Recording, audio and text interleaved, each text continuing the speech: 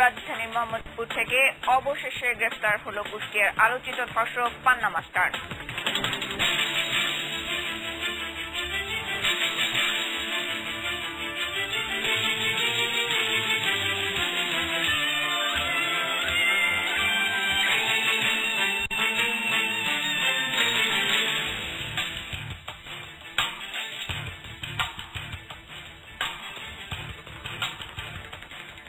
আসসালামু আলাইকুম, আমি নুসরাত উর্মি। আমন্ত্রণ জানাচ্ছি ২১ রাতের সংবাদে।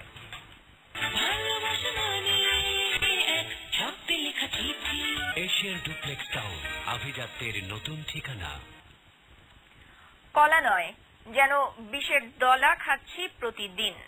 কলার কাঁদি কাটার আগ থেকে বাজারজাত পর্যন্ত স্তরে স্তরে দেওয়া হয় তরল জাতীয় বিষ। দেখতে সুন্দর ও হলুদ রঙের এই বিষাক্ত কলাই বাজার থেকে কিনে খাচ্ছে সবাই। ঝিনাইদহ ও কুষ্টিয়া বাগান আর বাজার ঘুরে এসে বিস্তারিত জানাচ্ছেন অখিল পোদ্দার।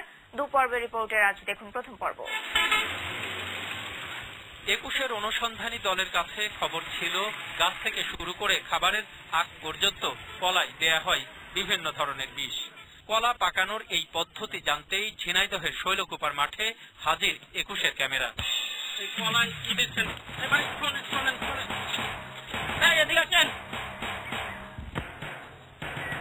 বলছি যে কলায় কি দিচ্ছিলেন? কলায় এই যে ভাইরাস লাগার জন্য ওষুধ দেওয়া হচ্ছে। ভাইরাস লাগে তো ওই জন্য ওষুধ দেওয়া হচ্ছে। এই আর কলার ব্যাপারীরা অর্ডারের কলা তো, এই কলা কালকে কাটা হবে, তো এই জন্যই এই ওষুধটা দেওয়া হচ্ছে। এরকম ধরেন গোড় থেকে দেওয়া পরে শ্বাসের শুরু করে তো মানে খাওয়া যতবেলা পেটের ভিতর না যায় ততবেলা বিষের পারে থাকে। এইটা মানে বিষ, এটা বিষ খাওয়াই বলে। এই কলা সবাই খাচ্ছে, আমি খাচ্ছি, যেমন মন্ত্রী, মিনিস্টার, প্রধানমন্ত্রী পর্যন্ত খাচ্ছে। মাঠের এই চাষির দেয়া বক্তব্যের সত্যাসত্য যাচাই করতেই ২১-এর ক্যামেরা অনুসরণ করে পাইকারি বাজারে ব্যাপারীদের। দেশের বৃহত্তর কলার বাজার কুষ্টিয়ার মধুপুরে ততক্ষণে আশেপাশের জেলা আর উপজেলা থেকে আসতে শুরু করেছে শত শত কলার ভ্যান।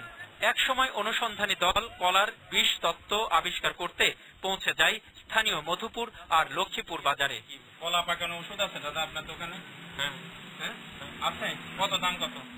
চলছে কলা বেচা কেনা আর ট্রাক লোড আনলোডের কাজ। এর মধ্যেই কলার গাদাতে বিষ দিচ্ছিল ঢাকার কারওয়ান বাজার থেকে আসা পাইকারের লোকজন। এই স্প্রে দিচ্ছেন যে কি কি মিশাতে হয়? ওষুধ ওই যে একালাস, মার্শাল, হিলডন। এ ঘটনায় ফুঁসে ওঠে আরেক ব্যাপারী।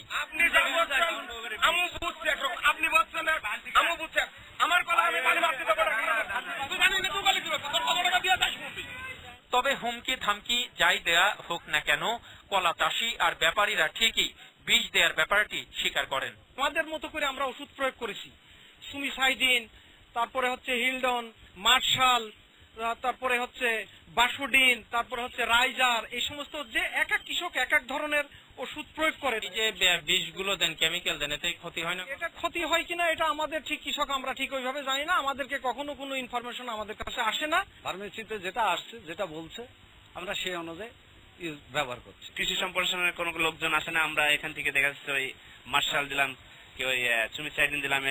পাকলি রোগ হয়, রোগ যথাযথ কর্তৃপক্ষের অনুমোদন, যেগুলো ব্যবহারে ত্বকের জন্য দীর্ঘমেয়াদী মারাত্মক ক্ষতিকর প্রভাব ফেলে বলে জানিয়েছে চর্মরোগ বিশেষজ্ঞরা। পুরান ঢাকার এমনই একটি অবৈধ কারখানার কথা জানাচ্ছেন মোহাম্মদ নূর নবী।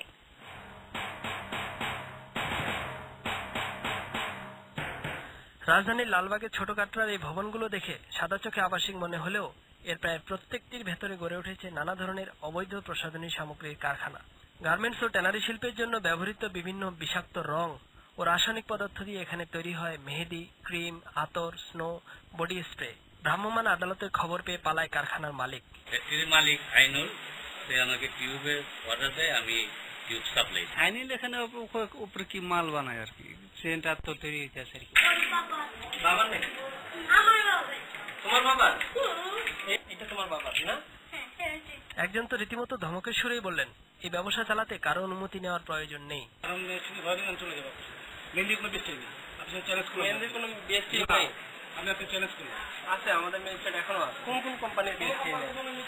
ঘিঞ্জি এই কক্ষগুলোতে পরিবার নিয়ে বসবাস করার উপযোগী না হলেও বাড়িওয়ালা অতিরিক্ত ভাড়া পাবার আশায় অবৈধ ব্যবসায়ীদের সুযোগ করে দেন। কি বানাও যে ঘরের ভিতরে আছে, যা বানাও তোমার ঘরে যেতেই পাই বাবা। আমরা অবৈধ কারখানা ভাড়া দিই না, আমরা জানি না, আমাদেরকে বলছে তারা ভাড়া দিচ্ছে। ক্ষতিকর রাসায়নিক পদার্থ দিয়ে কোনো প্রকার মান নিয়ন্ত্রণ ছাড়াই এসব প্রসাধনী মানুষের ত্বক ও শরীরের যে ক্ষতি করে তা কোনো চিকিৎসাতেই ভালো হয় না বলে জানালেন চিকিৎসকেরা। হাই কালো দাগ পড়ে যেতে পারে অথবা সাদা দাগ পড়ে যেতে পারে এবং চামড়া কুঁচকে যেতে পারে। সমস্ত সমস্যাগুলি ইরিভার্সিবল, অর্থাৎ এটাকে চিকিৎসা করে আর আগের অবস্থায় ফেরত আনা যায়। নালী দিয়ে ট্রান্সডাকশনে রক্তের মধ্যে যায় এবং অনেক সময় এগুলি বড় ধরনের ড্যামেজ তৈরি করে। সাধারণ মানুষকে এসব পণ্য ব্যবহারের আগে চূড়ান্ত সতর্ক হওয়ার পরামর্শ তার। মোহাম্মদ নুরুন নবী, 21 টেলিভিশন, ঢাকা। এয়ারপোর্ট রোডের চারদিকে 4টি সড়কের সঙ্গে সংযুক্ত কুড়িল ফ্লাইওভারের উদ্বোধন করেছেন প্রধানমন্ত্রী শেখ হাসিনা। একে এবারের ঈদের উপহার হিসেবে উল্লেখ করে প্রধানমন্ত্রী বলেন, এই সরকার দুর্নীতি করলে এমন সব বৃহৎ প্রকল্প বাস্তবায়ন করা সম্ভব হতো না। বিএনপি জামায়াতের সময় দুর্নীতির কথা উল্লেখ করে প্রধানমন্ত্রী বলেন, ভোট জনগণের পবিত্র আমানত, তা খেয়ানত না করে সৎ প্রার্থীদের আগামী নির্বাচনে নির্বাচিত করার আহ্বানও জানান তিনি। সাজিদ রমেলের রিপোর্ট। পূর্বাঞ্চল আবাসিক এলাকার সঙ্গে যাতায়াত সহজ করার লক্ষ্যে নির্মিত বালু নদীর ওপর সেতুর উদ্বোধন করেন প্রধানমন্ত্রী।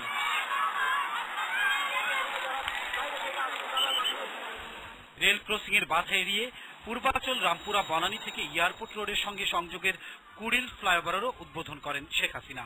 সেখানে আয়োজিত সুধী সমাবেশে প্রধানমন্ত্রী বলেন, দেশ অন্ধকার না আলোর পথে যাবে সে সিদ্ধান্ত জনগণকেই নিতে হবে। বলেছেন নতুন ভাবে আগে দেশ পরিচালনা করবেন, অর্থাৎ নতুন ভাবে দুর্নীতি নতুন কোন পদ্ধতি আবিষ্কার করে দেশ চালাবেন। জনগণ এখন সৎ লোক রেখে যদি ওই সন্ত্রাসী দুর্নীতিবাদ বেছে নেয়, আমাদের কিছু বলার নেই। এটা তাদের আমানত। এই আমানতটা জন্য তারা কোন অপান্তরকে দান করে খেয়ানত না করেন, এমন কোন কারো হাতে না তুলে দেয় যারা এদেশে উন্নয়ন ব্যাহত করবে। কুড়িল ফ্লাইওভারের মতো নানা প্রকল্প বাস্তবায়নকে শেখ হাসিনা দেখেন সরকারের দুর্নীতি না করার প্রমাণ হিসেবে। এত অল্প সময়ের মধ্যে বিশাল একটি কাজ আপনারা সম্পন্ন করতে পেরেছেন। এটা পেয়েছেন এই কারণে, যদি সরকারের দুর্নীতি থাকতো তাহলে এই কাজ কোনদিন শেষ হতো না। এখানে দুর্নীতি ছিল না, এখানে কর্মযজ্ঞ ছিল, আন্তরিকতা ছিল, দেশের প্রেম ছিল, দেশের প্রতি কর্তব্যবোধ ছিল বলেই এত দ্রুত এই কাজ আমরা শেষ করতে পেরেছি। কাজে সেজন্য সকলকে আমি আন্তরিক ধন্যবাদ জানাই। প্রধানমন্ত্রী এইচএসসি পরীক্ষার পাশের হারকে একেবারে কম বলে মানতে নারাজ হলেও যতটুকু বিপর্যয় তার জন্য আবারও বিএনপি জামাতকে দায়ী করেন।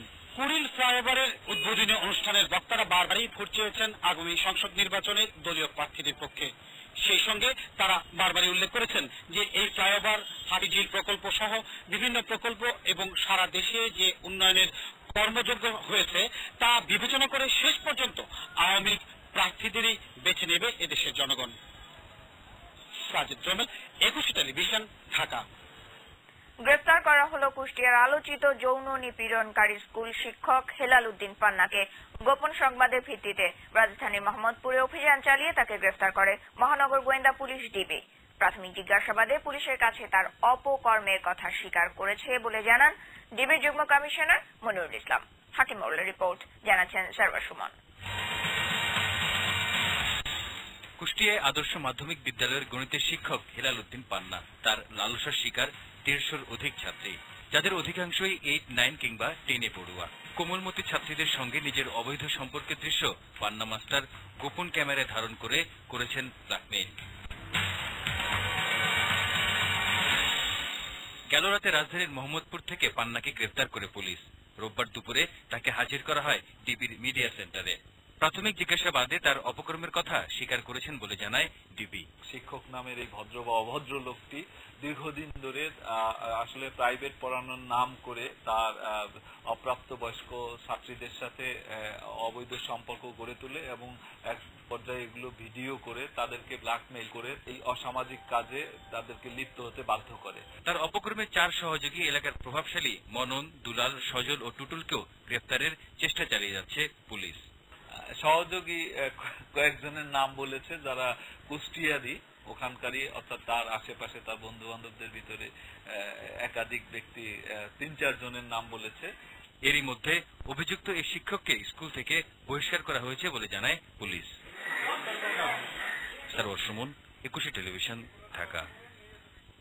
যুবলীগ নেতা রিয়াজুল হক খান মিল্কি হত্যাকাণ্ডের ঘটনায় গ্রেফতার মারুফ রেজা সাগরের স্ত্রী ফাহিমা ইসলাম লোপা আদালতে 164 ধারায় স্বীকারোক্তিমূলক জবানবন্দি দিয়েছেন। রোববার তাকে সিএমএম আদালতে আনা হলে মহানগর ম্যাজিস্ট্রেট শাহরিয়ার মাহমুদ আদনানের কাছে তিনি এই জবানবন্দি